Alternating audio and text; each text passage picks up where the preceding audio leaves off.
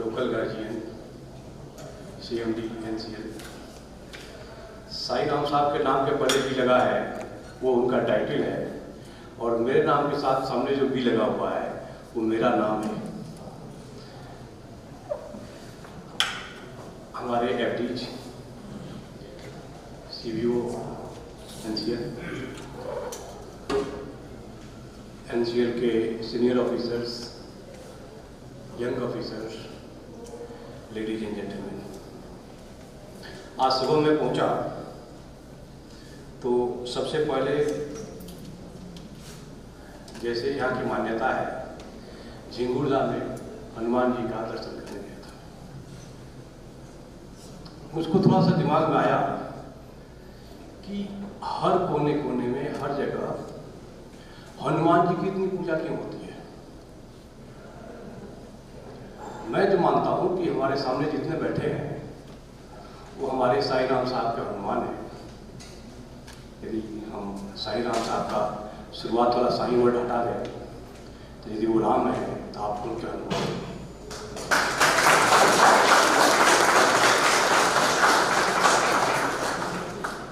थोड़ा और दिमाग गया कि यदि हनुमान जी नहीं होते तो शायद राम जी को लंका विजय में काफी कठिनाई हुई। उन बहुत मुसीबत में साथ दिया। जब मुसीबत उनको आती थी तो हनुमान जी को याद करते थे। हनुमान जी राम जी के भक्त थे। आपने पिछले महीने में या शायद इस महीने में ही आपने वो मैथिली ठाकुर को इन्वाइट किए थे। वो वास्तव में काफी अच्छा लगा हमको। आपके NCL का ब्रांडिंग में, CIL के ब्रांडिंग में काफी बल मिला। वैसे ये कविता तिवारी भी कवि है। उनका एक कविता है कि भगवान श्री राम के एक और भक्त थे, उनको विभीषण। विभीषण भी भगवान श्री राम के भक्त थे। उनकी भी यदि देखिएगा तो लंका विजय में उनका भी बहुत अहम योगदान है। तो यदि दो भक्तों का, भगवान श्री राम के दो भक्तों का कंपेयर करें, एक हनुमान और दूसरा विभीषण। फिर वो कविता तिवारी की कविता है कि विभीषण राम जी के भक्त थे, ये जानते सब है। एक और ध्यान रखिएगा, विभीषण की कोई पूजा नहीं करता है। आप हनुमान हैं, हनुमान को हर जगह पूजा होती है, लेकिन विभीषण की कहीं पूजा नहीं होती है। कभी सोचा है क्यों? वो भी तो राम भक्त है। उनकी एक ऐड थी, एक कमजोरी थी। आज मैं रविंद्र को ही बता रहा था, CBO साहब को, कि हनुमान बनेंगे कि विभीषण बनेंगे, विजिलेंस का रोल नहीं आता है।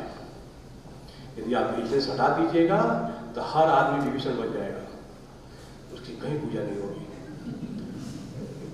कविता तिवारी का ही कविता है कि विभीषण राम जी के भक्त थे, ये जानते सब हैं, मगर जो देशद्रोही हो उसे पूजा नहीं जाता। ये पावर है आपका विजिलेंस डिपार्टमेंट में। उसके बाद मैं यहाँ आया, रविंद्र ने बहुत कुछ बताया विजिलेंस डिपार्टमेंट के बारे में। विजिलेंस डिपार्टमेंट भी वैसे ही है जैसे बाकी सब डिपार्टमेंट है।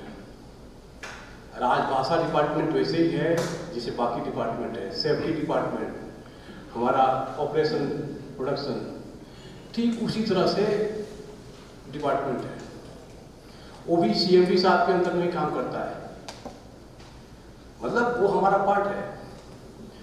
विजिलेंस डिपार्टमेंट में जब ज्वाइन किया CBO CIL में, तो मैंने एक कोड बनाया कि vigilance department is by you, for you, with you, always. मैं रिपीट कर रहा हूँ, vigilance department is by you, for you, with you, always. एक और मैं बताना चाहता हूँ, जिसके लिए मैं स्पेशली यहाँ आया, कि हर डिपार्टमेंट, हर आदमी, हर कोल इंडियन अपने आप को ये माने कि मैं विजिलेंस ऑफिसर हूँ, अपने आप को ये माने कि मैं सेफ्टी ऑफिसर हूँ, तभी जाकर के हम अपना कोल इंडिया को ब्रांडेड कंपनी बना पाएंगे, अव्वल दर्जे की कंपनी बना पाएंगे। और हर आदमी जब बिजनेस की तरह काम करेगा तो हम कहाँ से कहाँ पहुँच जाएंगे। अभी राजीव जी ने बताया था कि देश विकास कर रहा है, जब हम ये टारगेट रखेंगे कि विकसित भारत जब होगा तो हम कहाँ रहेंगे। तो उसमें आपका जो प्रेजेंट फॉर्म है, कोयला ढूंढना, पोल्यूशन, ये सब बहुत सारी चीज़ें ऐसी आएंगी। तो हमको हो सकता है कि सोलर में जाना पड़ेगा, हो सकता है कि पता नहीं क्या करना पड़ेगा। और जब भी हम कुछ नया काम करेंगे तो हमको उसमें सीखना पड़ेगा, ट्रेनिंग लेना पड़ेगा, हमको डिसीजन लेना पड़ेगा। यदि कोल इंडिया को देश के डेवलपमेंट के साथ जुड़ना है, कदम से कदम मिला के चलना है, तो आज से ही हमको अच्छा से काम करना पड़ेगा। जिस तरह से लगातार 2 साल से हम लोग 10% का ग्रोथ अचीव किए हैं, तो समझिए कि 2047 तक हम कहाँ पहुँच जाएंगे। 1 अप्रैल को ऑनरेबल पीएम ने एकमात्र ट्वीट किए थे,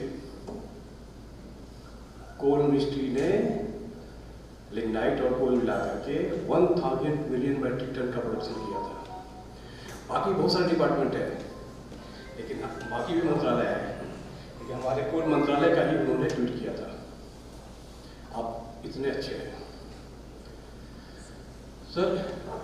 नवंबर में मैंने सीबीसी को बुलाया था, सीबीसी आए थे कोल इंडिया में, सीआईए हेडक्वार्टर में। पहले उन्होंने बोल तो दिया कि हाँ त्रिपाठी आऊँगा मैं, बाद में को लगा कि अरे यार छोटा मोटा कंपनी है, कहाँ जा रहा हूँ, मुझको बोला डिसीजन हो गया। मैं बोला कि नहीं सर आप आइए सर, आपको अच्छा लगेगा। बोला ठीक, अपने बारे में भेजो।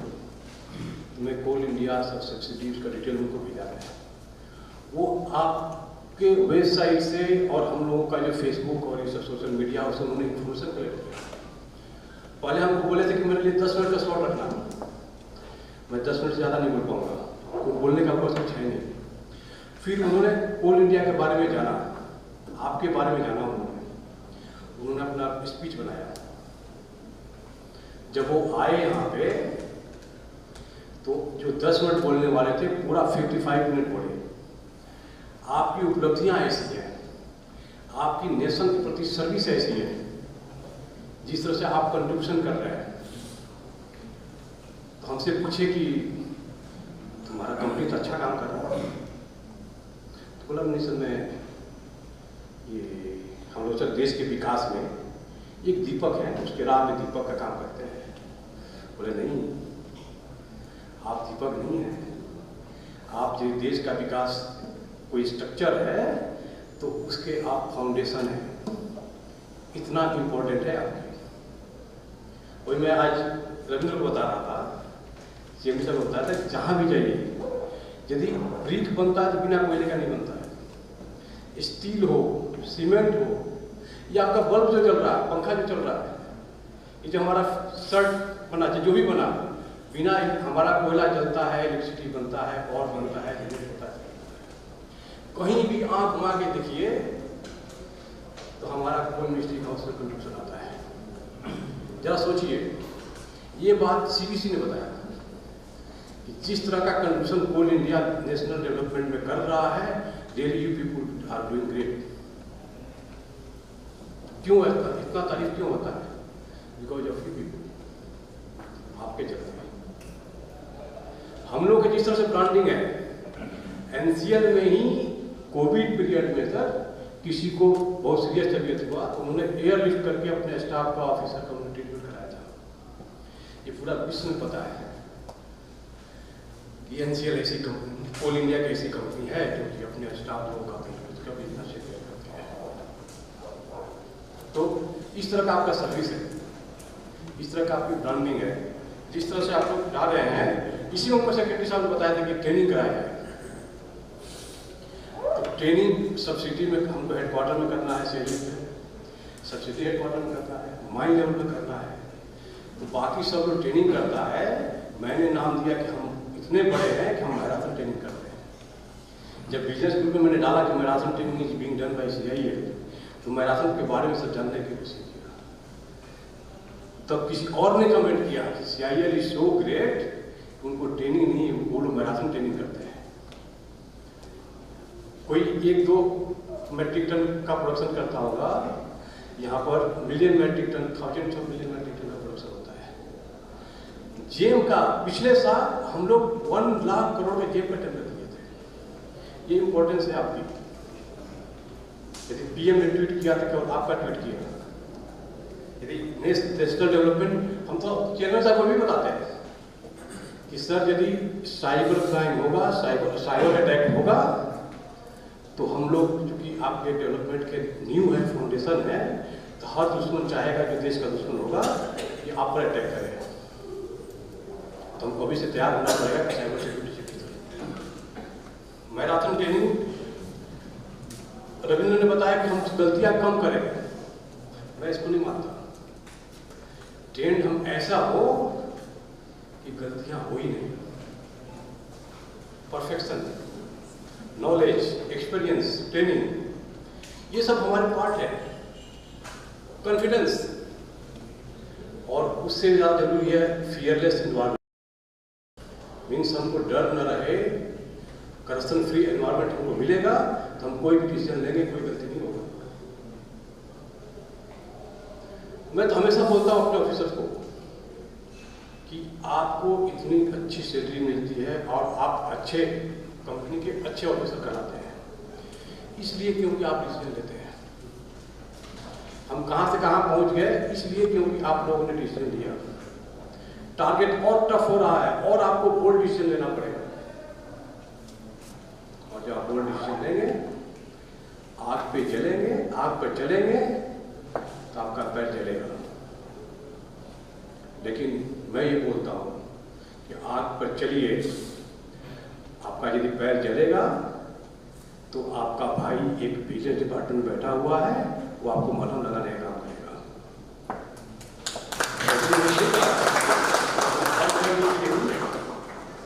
अभी पूरे सब्सिडी में हम लोगों ने सिलेक्टेड माइंस में स्टॉक का सर्वे किए थे। कई लाख मेट्रिक टन का स्टॉक है। पूरा इसका एनालिसिस किए, पूरा रिसर्च किए। आपको आश्चर्य होगा कि कोल इंडिया इतना अच्छा है, इतना व्यवस्थित है, उसके पास कितना कोल है उसको पता है, ±5%। हम इतने अच्छे हैं। कोई ये सोचेगा कि नहीं, इसका कोल ऐसा फेंका हुआ, ऐसा नहीं है। ये दुनिया वालों को पता नहीं है। जब मैं CIL ज्वाइन करने गया तो मैं रेलवे में भी बिजनेस में था। बोले कहाँ जा रहे यार, कोयला खाला खाला कोयला, करप्शन ही करप्शन होगा। तब जाते हैं, पहले सब दिमाग में क्यों बैठा करते हैं। हम जब यहाँ ज्वाइन किए 15-20 दिन तक आप लोगों के बारे में जाना, देखा, कंपनी के बारे में देखा, यदि कोई विकास कर रहा है, आगे बढ़ रहा है, ऐसे ही नहीं बढ़ रहा है, जरूर कुछ न कुछ अच्छा चीज है। यदि हम सिविल सर्विस में सिलेक्ट हुए, टॉप किए, मतलब हमारे अंदर जरूर कुछ न कुछ अच्छी है, अच्छाई है। वो पार्ट कोई दिखता नहीं है। वो CBC आके हमको बता रहे हैं कि you are serving the nation in the great way. हम लोग बिजनेस अवेयरनेस वीक में जनरल VP मलिक को बुलाए थे। जनरल VP मलिक जो कारगिल वार के समय में चीफ ऑफ आर्मी स्टाफ थे। आपको याद होगा ना कारगिल वार में क्या क्या उन्होंने किया। वो भी ट्रेनिंग जब उनको इन्वाइट किए थे स्पेशल गेस्ट लेक्चर की तरह में, उन्होंने कोल इंडिया के बारे में जाना। उन्होंने पूरे मंच से बताया कि आपका कोल इंडिया ऐसा है। मतलब कभी हम सोचे अपने कंपनी के बारे में। और आज हमको त्यागी साहब मिले थे एरिया GM मंदिर के पास, और हम लोग यही बात कर रहे थे कि हम इतना ब्रांडेड हो कि कोई भी यदि सर्विस PSU के लिए नौकरी के लिए अप्लाई करता हो तो उसका फर्स्ट चॉइस कोल इंडिया हो। इतना हमको ब्रांडिंग करना पड़ेगा।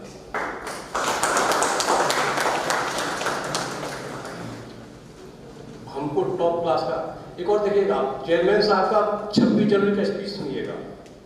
लास्ट में उन्होंने बोला है हमारी अर्निंग हम जब ज्वाइन किए तो 17,000 करोड़ था, अभी हम 37 पार कर गए, 38 पार कर गए।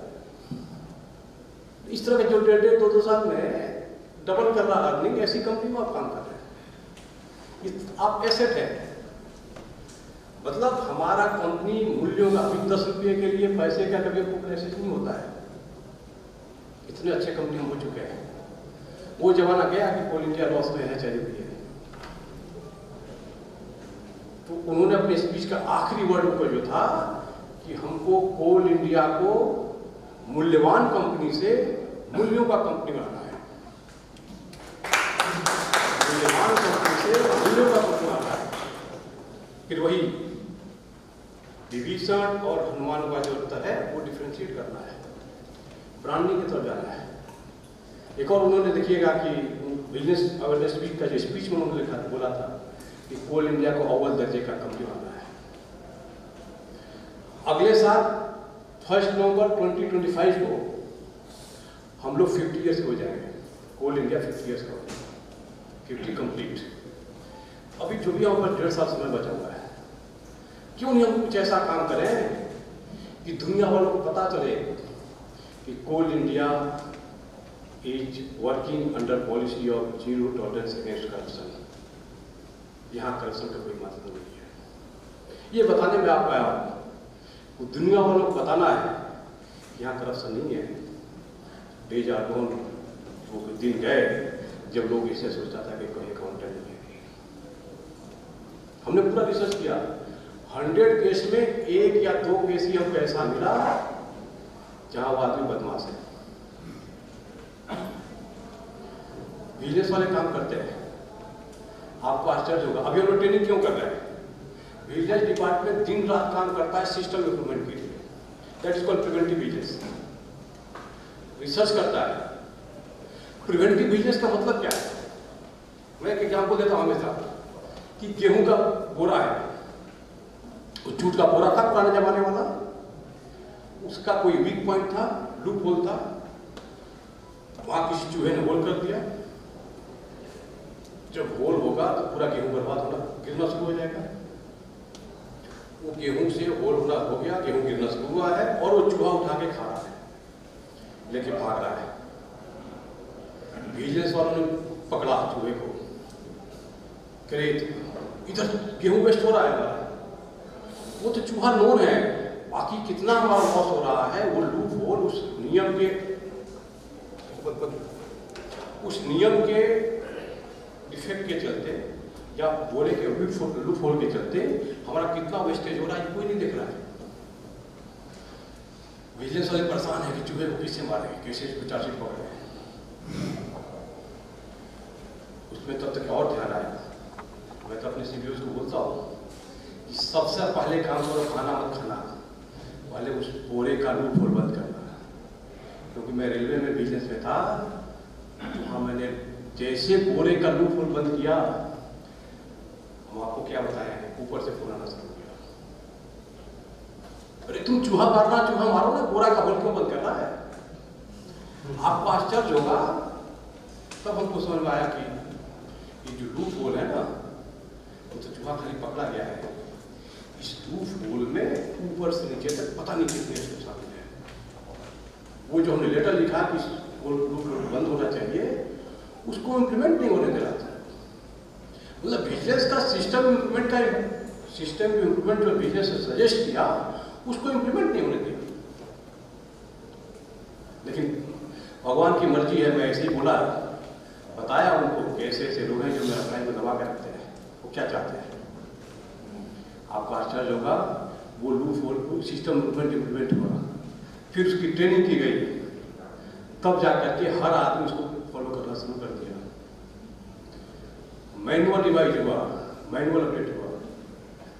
मैनुअल अपडेट तभी की जरूरत पड़ता है, हम देखते हैं हमारा कोई सिस्टम वो जूट का बोरा जो था गेहूं का, वो काफी बहुत पहले बदल चुका है। अब स्टील का कंटेनर हम पूरा गेहूं रखते हैं।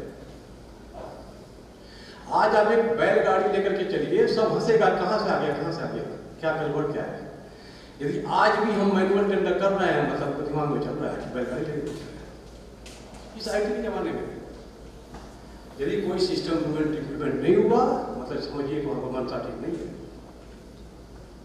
मैनुअल अपडेट हुआ है तो अभी उसको फॉलो नहीं हो रहा है, मतलब समझिए मनसा का ठीक नहीं है।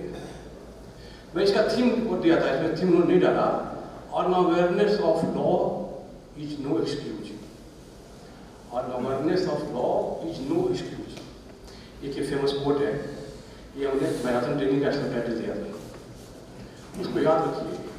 हमको नियम पता नहीं था, इसलिए गलती हो गई, ये कोई माफ नहीं करने वाला है, बिजनेस वाले भी नहीं माफ कर पाएंगे, ये जमाना आ गया, कोई गलती हम बर्दाश्त नहीं कर पाएंगे।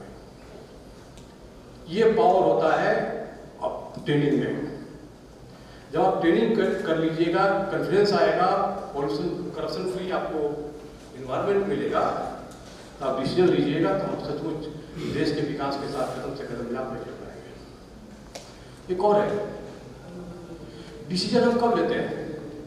जब हमारे पास ऑप्शन हो। हम ऑफिस से यहाँ आए, वॉक करते भी आ सकते थे, गाड़ी के भी आ सकते थे, और बहुत सारे तरीका हो सकता है। जब आपको 2-3 ऑप्शन होता है तो आपको डिसीजन लेना पड़ता है। टेंडर कमेटी बैठता है, टेंडर डिसाइड करता है, बिकॉज ऑफ L1 L2 उसका सर्टिफिकेट, बहुत सारी चीजें होती हैं। जब आप डिसीजन लीजिएगा, आप कॉन्फिडेंट हैं, नॉलेजेबल हैं, पूरा रिसर्च कर रहे हैं, सोच समझ के ले रहे हैं, और जो भी डिसीजन लीजिए वहाँ रिकॉर्ड कर दीजिए किसी में, या उस नोटशीट में रिकॉर्ड कर दीजिए, बिकॉज ऑफ दिस डिसीजन। हो सकता है कि वो डिसीजन बाद में गलत कर जाए। हमने आज ही में सीबी साहब बोला था कि आपका बंगलो जो है बनाने की डिमांड जो है बनाने से यहाँ नहीं बना सकते, मान लो डिमांड करते थे कि यहाँ बना दो, कल के दिन हमको तोड़ना पड़ जाता, हो सकता है गलत डिसीजन हो जाता, लेकिन बिकॉज ऑफ ABC जो भी डिसीजन लिया। लेकिन यदि आप सोच समझ के डिसीजन लिया है, डिस्कस करके डिसीजन लिया है, कंपनी के हित में डिसीजन लिया है, यदि वो डिसीजन गलत भी हुआ 2 साल बाद, 4 साल बाद, 10 साल बाद, बिजनेस वाले मालूम पकड़ लिए, चाहे आपके बॉस से डांट पड़ गई कि तुमने क्यों डिसाइड किया है, तो अभी मेरी बात मानिए, चूंकि आपने दिल से डिसीजन लिया है, कभी भी आपको आत्मग्लानि नहीं होगी, क्योंकि कंपनी के हित में आपने डिसीजन लिया है। लेकिन यदि आप अपने लिए डिसीजन लिए, अपने लापरवाही के डिसीजन लिए, आपका नियत खराब है इसलिए डिसीजन लिए, तो फिर आपका आत्मा रोएगा, आप रात में सो नहीं पाएंगे, तब आपको कोई बात नहीं कर पाएगा। उसी में मैंने कहीं कविता पढ़ा था कि बख्श देता है खुदा उनको, बख्श देता है खुदा उनको जिनकी तकदीर खराब होती है। तो डिसीजन लिया, गलत हो गया, तकदीर खराब था। बख्श देता है खुदा उनको जिनकी तकदीर खराब होती है, लेकिन वो हरगिज नहीं बख्शे जाते हैं सीबीओ साहब, लेकिन वो हरगिज नहीं बख्शे जाते हैं जिनकी नीयत खराब होती है।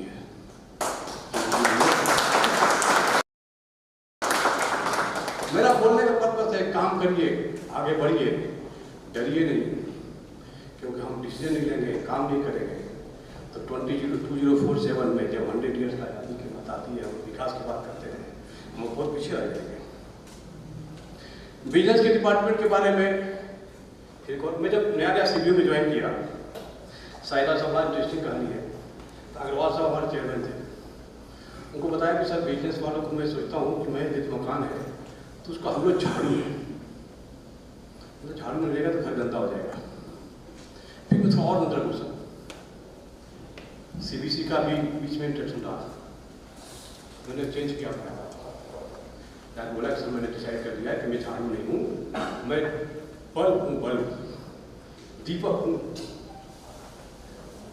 दीपक, आपने दीपक जलाया, लाइट जितना जलता है उतना ही अंधेरा भागता है, जितना आप प्रकाश करते रहेंगे, जितना आप जलाएंगे उतना ही अंधकार भागता है।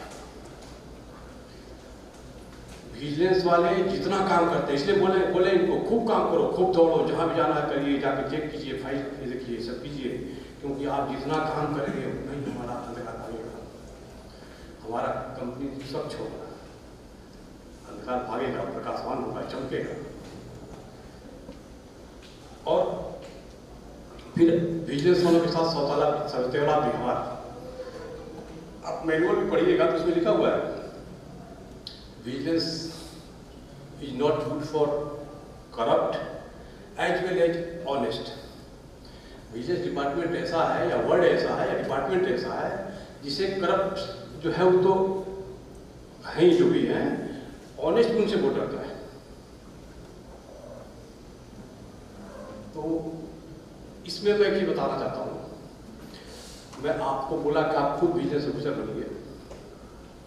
यदि आप खुद विजिलेंस ऑफिसर रहिएगा, आप भी मेरे साथ रहिएगा और अनुमान बन के रहिएगा, तो ऐसे ही आपको डरने की जरूरत नहीं है। एक पीडीपी कंप्लेन है, आप गूगल का जमाना है, गूगल में आप सोचिएगा, देख लीजिएगा, सर्च कर लीजिएगा पीडीपी का कंप्लेन कैसे होता है। यदि कहीं कोई विभीषण दिखे या कहीं कोई करप्ट दिख रहा है तो उसको पीडीपी के रिजोल्यूशन के हिसाब से कंप्लेन कीजिए। वैसा कंप्लेन है कि आप कंप्लेन कर देंगे इनके बारे में तो किसी को भले भी नहीं चलेगा कौन किया कंप्लेन। गूगल बाबा सर्च कीजिएगा पीडीपी को कैसे कंप्लेन होता है। और आजकल बहुत कंप्लेन आ रहे हैं पीडीपी के, जो स्टेनो है टाइप कर रहा है वही पता कंप्लेन कर दिया और किसी को पता नहीं चला कौन किया कंप्लेन। उसके साथ ऐसे ऐसे डॉक्यूमेंट लगाता है जो केवल टॉप सीक्रेट होता है, वही डॉक्यूमेंट उसके साथ लगा हुआ है। कभी कभी तो हमको आश्चर्य है कि एमओसी से किसी ने कंप्लेन कर दिया। मतलब ये पीडीपी कंप्लेन का देख लीजिए नियम क्या है। उसमें यह है कि सीबीसी की रिस्पॉन्सिबिलिटी दी गई है कि कौन कंप्लेन किया और डिस्क्लोज नहीं होना चाहिए। आप विजिलेंस ऑफिसर बनिए, पीडीपी का खूब यूज कीजिए। मेरा नाम ब्रजेश है, मैं दीपक हूँ। उसमें एक कविता था, मैं ब्रजेश हूँ, मैं दीपक हूँ। दीपक का दुश्मन कौन है? अंधेरा। दीपक का दुश्मन अंधेरा है, लेकिन उसको बुझाता कौन है? हवा। ये भी विडंबना है कि जिससे दीपक से डरना चाहिए वो नहीं डरता उससे, जिसको नहीं डरना चाहिए वो उसको बुझाता है, उसको अपना दुश्मन नहीं निभाता है। जो करप्ट है उनके साथ साथ जो ऑनेस्ट है वो भी डरते हैं विजिलेंस डिपार्टमेंट का। इसी पर लिखता था कि मैं ब्रजेश हूं, मैं दीपक हूं, मेरी दुश्मनी सिर्फ अंधेरों से है। मैं ब्रजेश हूं, मैं दीपक हूं, मेरी दुश्मनी सिर्फ अंधेरों से है। ये हवा तो बेवजह ही मेरे खिलाफ है, ये हवा तो बेवजह ही मेरे खिलाफ है। हवाओं से कह दो, हवाओं से कह दो कि खुद से आजमा को दिखाए। बहुत दीपक बुझाती है, एक जला के दिखाए।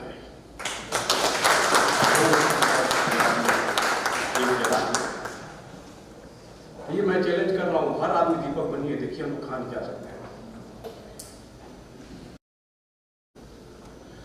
मैं इस मंच से वही विभीषण और हनुमान, मतलब कि जो डिसऑनेस्ट है उसको डिसरेस्पेक्ट कीजिए।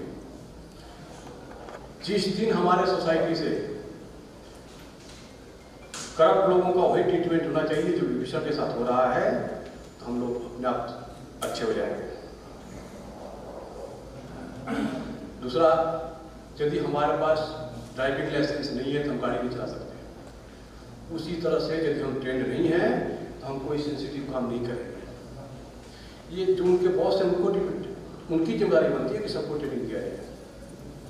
नहीं, ये जमाना गया कि हम गलतियां कम हो वाला नहीं है, गलतियां ना हो ये वाला जमाना आ गया है। तो हमारा यदि आदमी ट्रेंड नहीं है और वो भी यदि टेंडर का काम कर रहा है या परचेज का काम कर रहा है, कोई सेंसिटिव काम कर रहा है तो गड़बड़ रहता है। और आज से ठीक 8-9 महीना पहले हमारे जानने वाले हमको हमसे पूछे कि आप लोग कितना टोकरी खरीदते हैं और कितना वो फावड़ा खरीदते हैं। तो क्या मतलब, तो कोयला जो ढोते हैं वो कितना टुकड़ी आप लोग कंज्यूम कर लेते हैं साल में? 2 लाख, 10 लाख, 50 लाख, इतना। तो मैंने उसको बताना पड़ा कि आप कहाँ हैं। कई साल पहले कोल इंडिया से मैनुअल एक्सप्रेशन बंद हो चुका है। Now Coal India has become fully mechanized. मैं सही बोल रहा हूँ? कोल इंडिया फुल्ली मैकेनाइज्ड है और वो दिन दूर नहीं जब हम फुली डिजिटाइज हो जाएंगे। We are developing like this. और यदि हम डिजिटाइज होंगे, आईटी का यूज करके करप्शन को, लापरवाही को दूर कर सकते हैं। फिर सेक्रेटरी कोर्ट का हम स्टेटमेंट देना चाहते हैं, यदि कोई हमारा सीसीटीवी का, वेब ब्रिज का, जीपीएस का, ये सब टेंडर के स्टेशन में कहीं कंजूसी कर रहा है, उसको पकड़िए, उसको ऐसा केस लगाइए जिससे बिजनेस केस होता है। मुझे आश्चर्य लग रहा है कि हम लाखों हजारों हजार करोड़ों का टेंडर कर देते हैं, लेकिन वो 3 करोड़ 4 करोड़ का जो सीसीटीवी वाला टेंडर है फाइनल कर पाते हैं। ये आप देखिए, आपका जो बल्ब है, लाइट है, जो आपके घर का अंधेरा करके रखा है, वही आप काम नहीं कर पा रहे। इस डायरेक्शन में सोचना है कि हम वो सारा काम करें कि ट्रांसपेरेंसी बढ़े, आईटी का हम यूज करें। आप आईटी का यूज करेंगे, ई ऑफिस की टेंडर जितना हम करते रहे करेंगे, ऑब्वियस है कुछ का दिमाग लगाने वाले वहाँ भी आएंगे, फिर हम अपडेट करेंगे, अपने लोगों को नए सिरे से ट्रेनिंग देंगे, लेकिन हम कहीं पीछे नहीं रहेंगे, जिसने ने दिन को ट्रेनिंग दे रहा है। अब ICCC WCL में देखिए कितना अच्छे से आगे काम कर रहा है, हर चीज दिख रहा है वहाँ पे, उसका एक्टिविटी भी बढ़ाना है, तो उसको भी देखना है।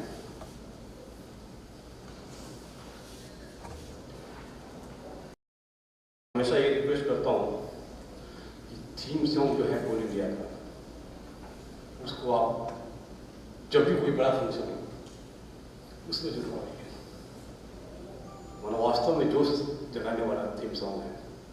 ये जानते हैं कि कोई आप सुनता है तभी सोचता है कि कितना अच्छा है। रविन्द्रनाथ टैगोर ने क्या लिखा था, जन गण मन, उसे भी हमको है गोल्ड इंडिया हमको अलग चीज कहीं से भी कोई नहीं है। दूसरा, वो टोकरी वाला कहानी आया कहाँ से उनके दिमाग में? गोल्ड इंडिया ने बहुत अच्छा आर्टिकल निकाला था टाइम्स ऑफ इंडिया, बहुत खर्चा किया था, गोल्ड इंडिया ऐसे कर रहा है, ऐसे डेवलप कर रहा है। उसमें जो फोटो चिपकाया था ना, वही पुराने जमाने का 2-3 लेडीज के साथ टोकरी दे करके कर रहा था। अब ये समझिए क्या इमेज बनेगा हमारे जीवन के। जो भी मीडिया पर्सनल है उनको भी हमें बताना चाहते हैं, इसको पूरा ध्यान रखना है कि हम बाहर में क्या परोस रहे हैं। यदि टोकरी परोसेंगे आप, वो भी 1 साल पहले, तो अभी से टोकरी लोग सोचेगा, जो सत्य है उसको हम सामने लाएंगे। मैं सीबीओ हूँ, पूरा ऑल ओवर इंडिया के सीबीओ के कंटेक्ट में रहता हूँ, नहीं रखता हूँ। मैं बोल सकता हूँ कि टॉप 5 कंपनी आती है ट्रांसपेरेंसी के बारे में, माइनिंग सेक्टर पर खास करके, उसमें भी हमारा कोल इंडिया है। हम कहीं से कमजोर नहीं है, जरूरत है तो उसको और रिफाइन करने का और अच्छा करने का।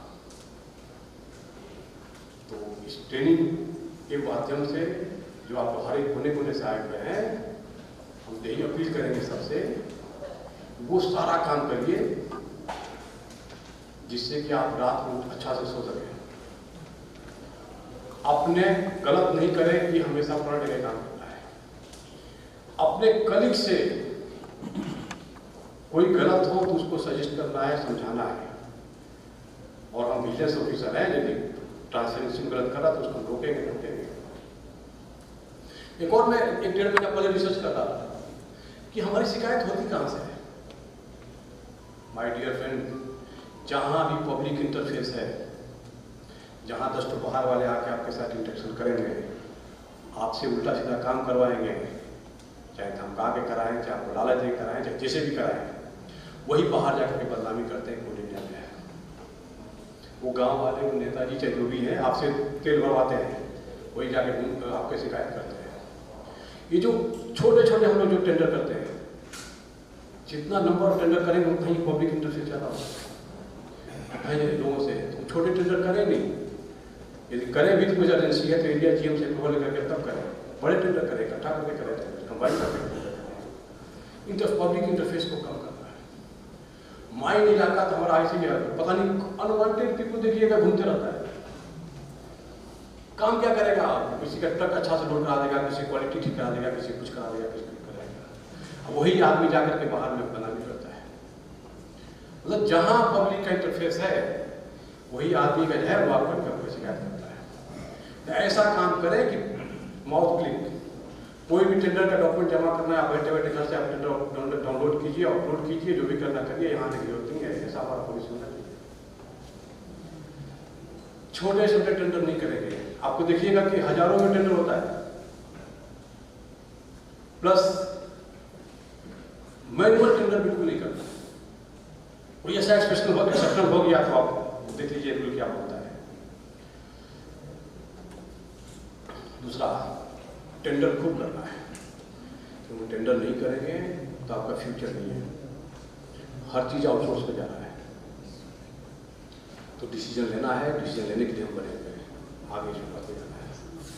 वी आर डूइंग ग्रेट, तो हमने आपको बता ही दिया। आईटी का खूब यूज किया। एक और हम सोचे थे कि कुछ बड़ा करना है। आज ही सीएमडी साहब ने बताया कि यहाँ पर एविएशन के लिए हम कुछ काम कर रहे हैं। मतलब ये खुशी होती है कि एनसीएल हेडक्वार्टर में यदि एयर कनेक्टिविटी हो जाए, और वो कनेक्टिविटी इसलिए हो रहा है कि मैं बड़ा भाई की तरह उसका कोऑर्डिनेट किया सारे लोगों से, कितनी गौरव की बात है।